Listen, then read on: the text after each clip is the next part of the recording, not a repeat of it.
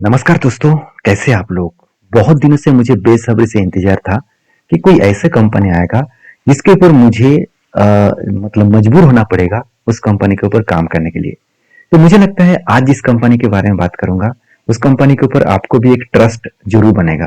देखिए, यहाँ पे मैं कोई रिकमेंडेशन करने के लिए आना नहीं आया हूँ। मैं आपको हमेशा वही डेटा डिटेल्स आपके साथ शेयर करता हूँ, जिसको आप भी देखकर कुछ नया जानकारी आपको हासिल हो पाए, आपको उसके बारे में जानकारी मिले। तो चलो इस वीडियो को शुरू करते हैं। मुझे इस कंपनी क्यों अच्छा लगा, कौन सा पॉइंट मुझे बेस्ट लगा, वो मैं आपके साथ शेयर करूंगा। बाकी आपके कौन सा पॉइंट अच्छे लगे, मुझे जरूर कमेंट्स करके बताना। और चैनल में न्यू है तो जरूर सब्सक्राइब करना, क्योंकि कंटिन्यूसली अपडेट मैं इस चैनल के माध्यम से आपके साथ शेयर करता रहता हूँ। तो जो कंपनी है उसका नाम आप देख सकते हैं, टेनिको। बेसिकली एक मतलब ऑटो इंसुलेटिस कंपनी है। तो इस company design for motion and आप देख सकते हैं बिल्ट फॉर कंफर्ट। तो कंपनी जिस बिजनेस फील्ड में है, उस business field actually auto ancillaries business field. Auto ancillaries का मतलब क्या है? गाड़ी के जितने सारे पेयर पार्ट्स बनाए जाते हैं तो उसको ऑटो इंसुलरीज कहा जाता है।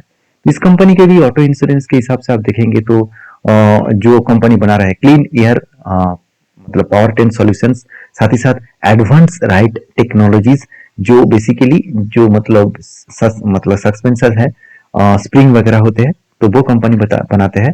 तो कंपनी का अगर मैं प्रोडक्ट के बारे में बात करूँ तो दो अलग अलग प्रोडक्ट मिलेगा, आप देख सकते हैं। क्लीन एयर, साथ ही साथ इग्निशन, साथ ही साथ बियरिंग्स, साथ ही साथ आप देख सकते हैं सीलिंग्स। तो बेसिकली आप इस सारे प्रोडक्ट्स को जानते हैं। चलो एक बार मैं आपको वो भी दिखा देता हूँ। तो देखिए, आप इस तरीके से प्रोडक्ट्स को तो जानते ही है। स्पार्क, जो स्पार्क प्लग कहा जाता है, बाइक्स में आपको देखने को मिलता है। तो इस तरीके से इग्निशन के ऊपर मतलब यूज किया जाता है। एक गाड़ी में भी यूज किया जाता है और बाइक्स में भी यूज किया जाता है इग्निशन को पावर देने के लिए। साथ ही साथ बियरिंग्स भी कंपनी बनाते हैं। जो मतलब सीलिंग्स सीलिंग्स मतलब जो एक्चुअली सिलेंडर हेड्स होते हैं, तो वो कंपनी बनाते हैं। तो इस तरीके से प्रोडक्ट्स बनाते हैं जिसका डिमांड आज भी है, फ्यूचर में भी रहेगा। जो लोग सोच रहे हैं कि फ्यूचर तो टोटली ईवीज के ऊपर ट्रांसफर हो जाएगा, उसके लिए बता दूं कुछ चीज ऐसा है जिसका हमेशा जरूरत पड़ेगा। जैसे इस कंपनी क्या बनाते हैं? बियरिंग्स बनाते हैं, स्प्रिंग बनाते हैं, मतलब सस्पेंशन बनाते हैं, तो वो जरूरत तो पड़ेगा। तो उस हिसाब से देखा है तो कंपनी के बिजनेस अभी तो स्ट्रांग ही है। चलो अभी बाकी डिटेल्स भी देख लेते हैं। तो बाकी डिटेल्स क्या बता रहे हैं इस कंपनी के बारे में। सबसे पहले कंपनी की इंफॉर्मेशन के बारे में बात करें तो कंपनी आप देख सकते हैं, कंपनी का नाम आप देख सकते हैं, टेनिको क्लीन एयर इंडिया लिमिटेड। तो जो बेसिकली एक ऑटो इंसुलेंस कंपनी है और एक सब्सिडरी टू टेनिको आईएनसी। तो एक ग्लोबली एक लीडर प्लेयर है डिजाइनिंग एंड मैन्युफैक्चरिंग के लिए, clean air and power train products के लिए।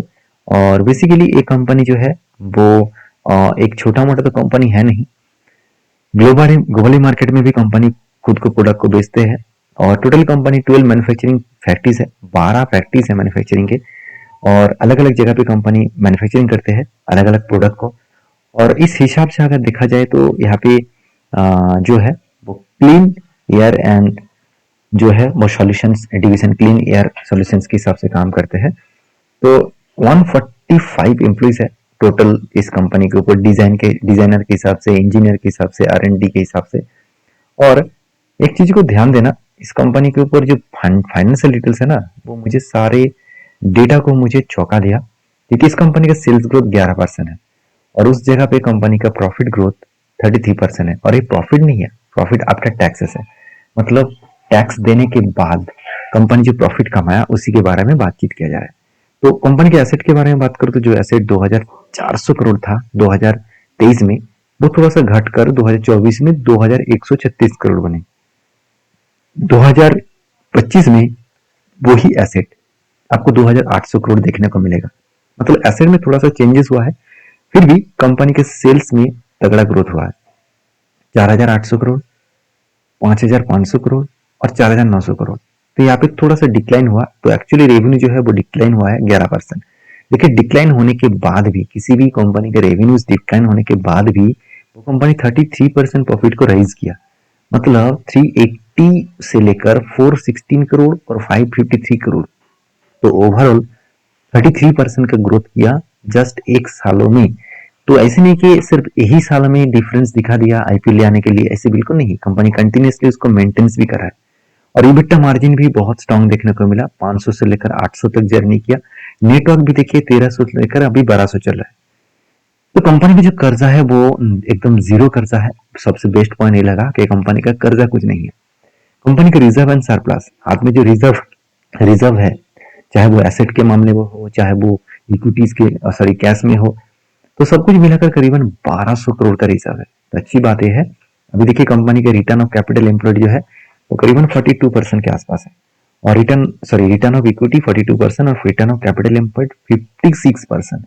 यहाँ पे बहुत शानदार परफॉर्मेंस देखने को मिला इस दोनों के डेटा के हिसाब से।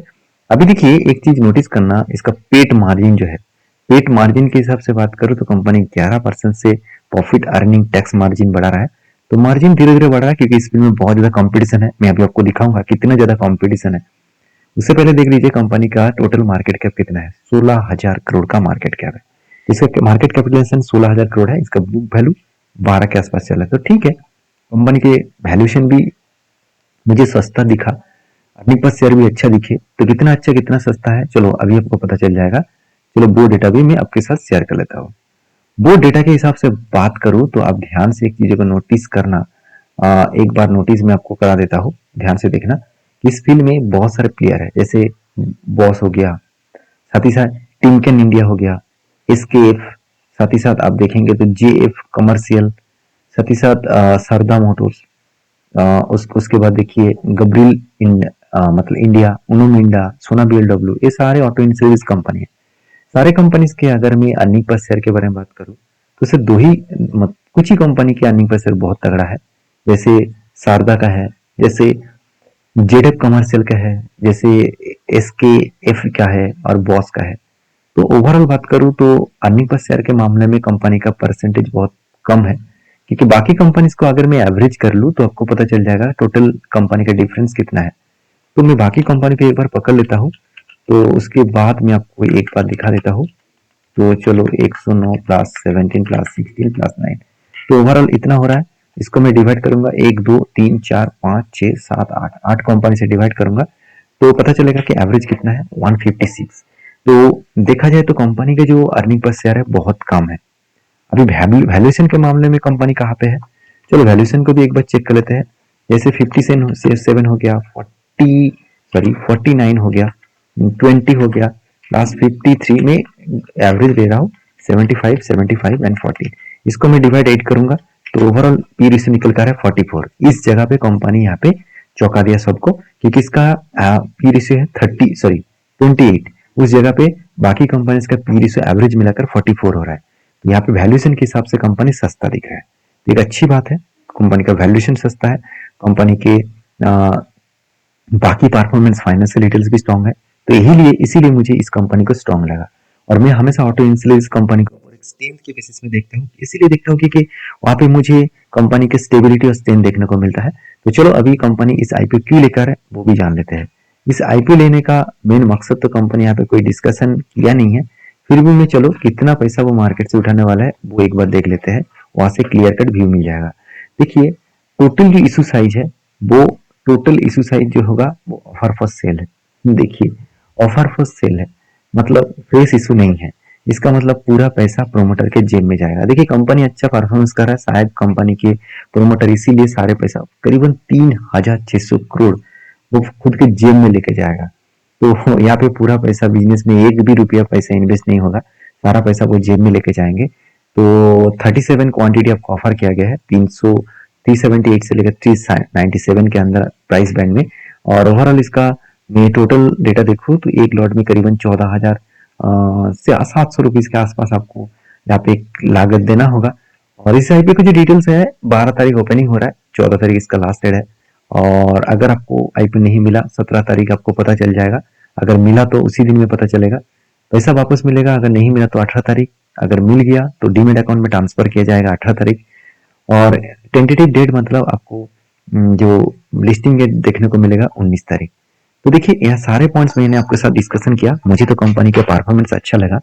अभी मुझे एक पॉइंट्स और भी देखना है, क्या सही में वो कंपनी के अच्छा खासा परफॉर्मेंस कर रहा है, वो है कंपनी का ग्रे मार्केट प्रीमियम। अगर मैं लास्ट 3 डेज का ग्रे मार्केट प्रीमियम देखूं तो कंपनी 21 से 22% से ग्रे मार्केट प्रीमियम दिखा रहा है। तो बहुत दिनों के बाद एक अच्छा कंपनी के ग्रे मार्केट में हमें देखने को मिला है। कंपनी का परफॉर्मेंस भी अच्छा देखने को मिला है। तो मैं इस कंपनी के ऊपर लास्ट डे में एक वीडियो जरूर शेयर करूंगा। उस दिन मैं बताऊंगा इस कंपनी के ऊपर कितने लोग इंटरेस्टेड है, कितने लोग सब्सक्राइब किया है। उसके बाद मैं आपको ये भी बताऊंगा कि इस कंपनी के ऊपर मेरा क्या ओपिनियन है।